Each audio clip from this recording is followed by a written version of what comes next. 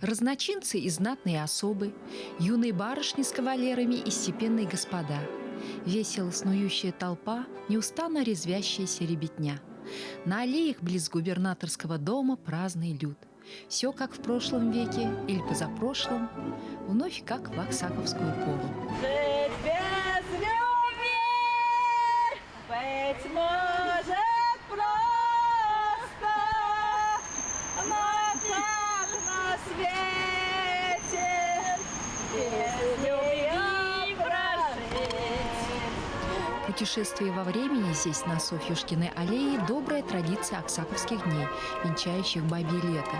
Вот уже 23-й год осеннюю тишь уфимских лип прорывают радостные голоса, приветствующие гостей удивительного праздника духовного единения, что проходит на родине автора «Аленького цветочка».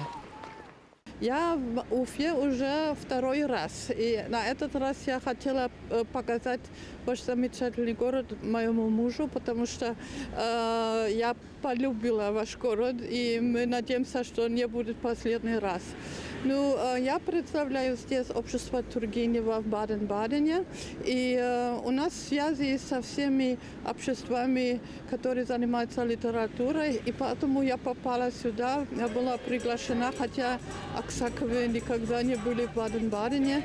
Ну, они очень связаны тоже, конечно, со всеми писателями, которые были у нас. Мой шеф, так сказать, Иван Сергеевич Тургенев, был западником и славянофильство мне очень интересно было.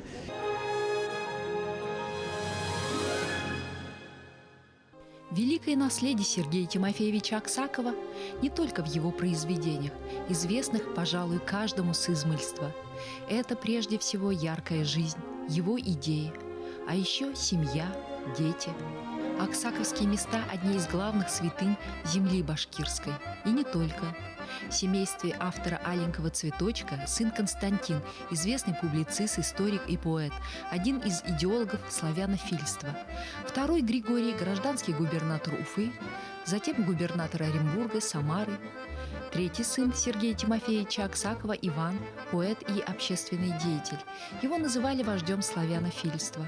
Он организатор освободительных движений балканских народов – сербов, хорватов, болгар – от турецкого ига. Иван Сергеевич Аксаков – национальный герой Болгарии. Решение об открытии мемориального дома-музея Сергея Тимофеевича Аксакова было принято в 1978 году, но лишь в 1991 состоялось его открытие. В этом доме, некогда принадлежавшем деду Сергея Тимофеевича Аксакова, помещику Зубову, ныне в этих стенах хранится более 4000 экспонатов, в том числе личные вещи семейства Аксаковых, публикации, живописные полотна художников той поры и современных. Здесь периодически проходят выставки, тематические вечера. Но в эти дни 23-го Аксаковского праздника, здесь открылась уникальная выставка, посвященная 190-летию не менее великого другого Аксакова, Ивана Сергеевича. Это освободитель балканских народов от турецкого ига, славянофил, народный герой Болгарии Иван Сергеевич Аксаков. Экспозицию музея составили архивные документы, фото, литографии, книги из фондов Уфимского дома-музея Сергея Тимофеевича Аксакова, подмосковного музея усадьбы Федора Тютчева в Мураново. Иван Аксаков породнился с Тютчевыми, был женат на одной из дочерей поэта. На выставке представлено более 100 экспонатов, среди которых немало подлинных вещей, портреты Ивана Аксакова, его современников, сподвижников. Несколько разделов выставки рассказывают о Аксаковых и Тютчевых, об имении Муранова, о русско-турецкой войне 1877-78 года. Эта тема особенно была интересна на этом празднике гостям, приехавшим из Болгарии. Это профессора из Софийского университета, которые посетили и Аксаковскую конференцию, и нашу выставку. Знакомство с атаманом Самарской посольской станицы Исаулом Павлом Коровиным – еще одна знаковая встреча аксаковских дней в Уфе. Очередной подарок вы по традиции преподносите участникам международных Аксаковских дней. И каждый раз это песня.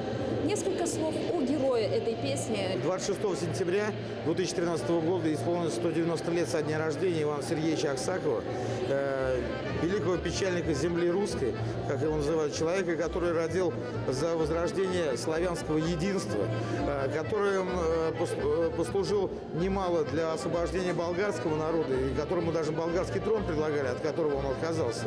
Человек, бескорыстно служивший своему отечеству, своей культуре, своему народу. Вот и ему я посвятил свою новую песню «Заветы Ивана Аксакова». Мне бы хотелось, чтобы память об Иване Аксакове, кстати, уроженцы Башкирии, в селе Надежда-Белебеевского уезда, он был рожден 190 лет назад, чтобы память о нем в Башкирии была жива и поныне, и чтобы люди знали, за что его именем названы города и улицы в Болгарии, почему до сих пор весь славянский мир снимает шапки перед его именем.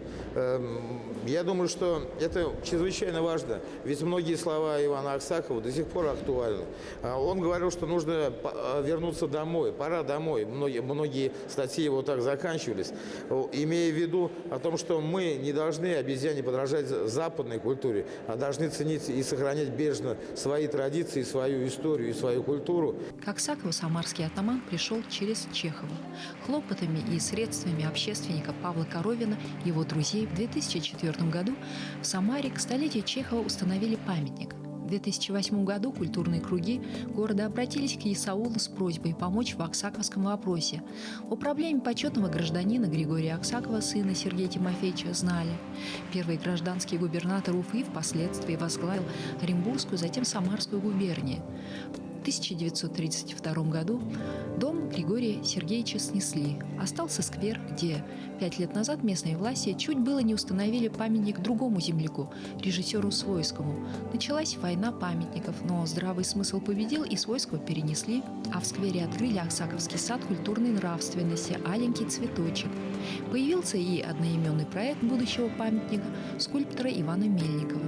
А год спустя, в 2010-м, в Самаре открыли улицу Григория Аксакова. Город гулял, вспоминая благие дела губернатора. Ведь благодаря местному предводителю дворянства и тайному советнику Григорию Аксакову в Самаре появилась железная дорога, Пироговская больница, школа. В неурожайные годы, в лихолетие, он спасал крестьян от голодной смерти. Все из собственного кармана.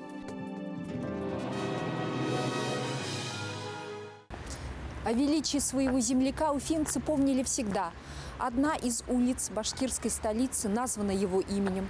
В год столетней кончины Сергея Тимофеевича Аксакова на улице Пушкина был открыт ему памятник.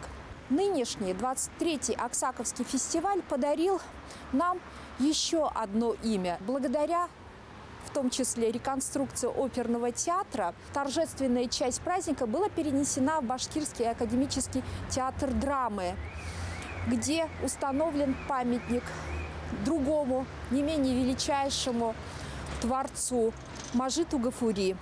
Так породнились эти два писателя, два великих уфимца, чему мы и благодарны Сергею Тимофеевичу Аксакову.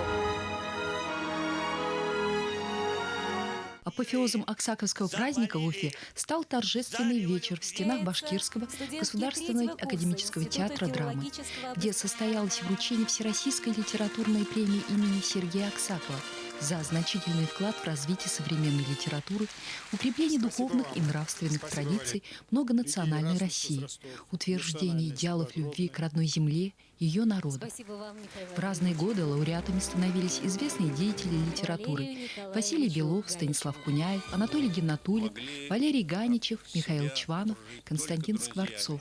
Ныне Аксаковской премии удостоен известный российский писатель, сопредседатель правления Союза писателей России Альберт Анатольевич Лиханов. О маленьком цветочке, который я вот уже перед поездкой сюда перечитал еще раз. Это глубоко философское сочинение, которое, конечно же, следует перечитывать. И я с радостью сегодня узнал в Аксаковской гимназии, что эту книжку дарят всем первоклассникам. Хорошо бы «Аленький цветочек» дарить вообще всем первоклассникам, нашей великой державы, с тем, чтобы с этим аленьким цветочком они шагали по жизни, стремились к высоким целям, достигали их и становились истинными гражданами нашей страны.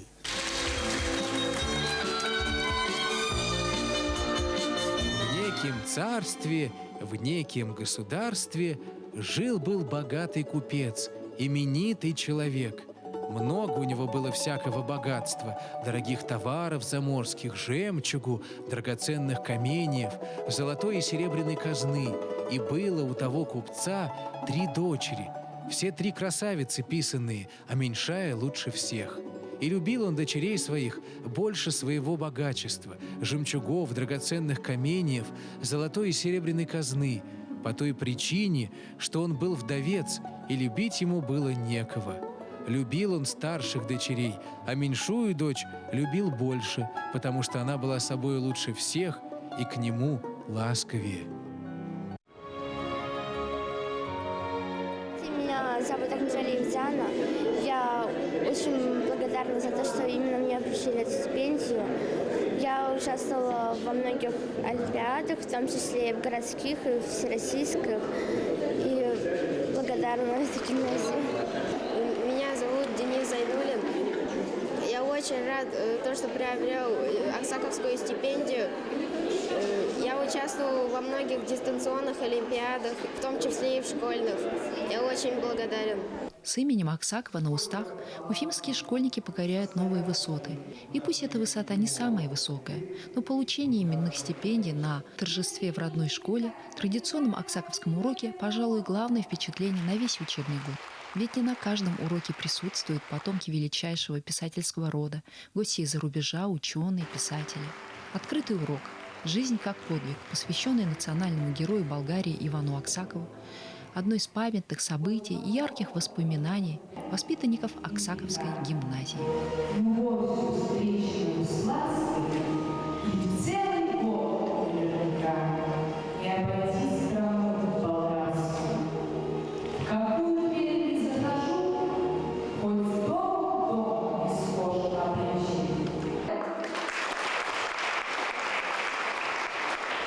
Я очень рада, что я получила именно в этом году Аксаковскую стипендию. Все очень старались перед ней, учились на отлично. Участвовали в городских и республиканских олимпиадах.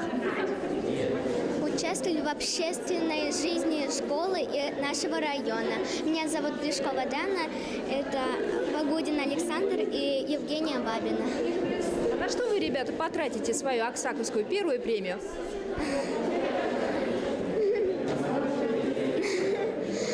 Даже не знаю, еще пока не решили. На учебники.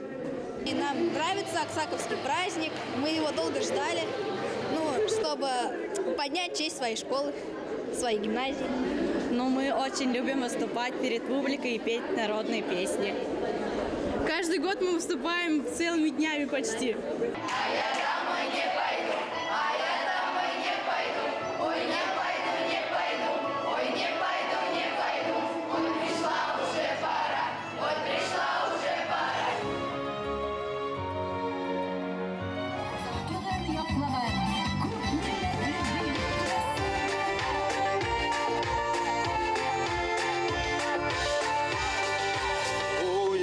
Купец даек в далекие края, собирал он дочерей да вокруг себя. Что же вам, милые, скажите, привезти из Заморского, из дальнего пути?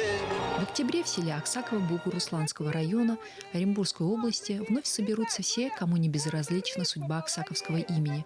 Вспомнят о незаслуженно забытом губернаторе, народном герое Болгарии, борской помещице Ольге Григорьевне, которую ценой жизни спасали крестьяне в гражданскую войну. Потолкуют казаки о нравственном состоянии общества, вспомнят аксаковские дела добрые, поговорят о будущем. Так называемое Аксаковское кольцо Самара, Ульяновск, Уфа, Белебей, Оренбуржье объединяет всех, кто чтит память Сергея Тимофеевича на территории Башкирии и России. Его имя объединяет разные народы, разное вероисповедание. Его семейная хроника учит сохранять семейные традиции, а чтение его произведений – это беседа с умным, мудрым человеком. Передовые идеи Константина и Ивана Аксаковых, мечтавших о самоопределении народов, самосознании и сохранении самобытности в современном мире, актуальны как никогда. Аксаковы учили и учат нас разговаривать на своем родном языке. Так мы не потеряем веру и свою землю, родную речь и историю.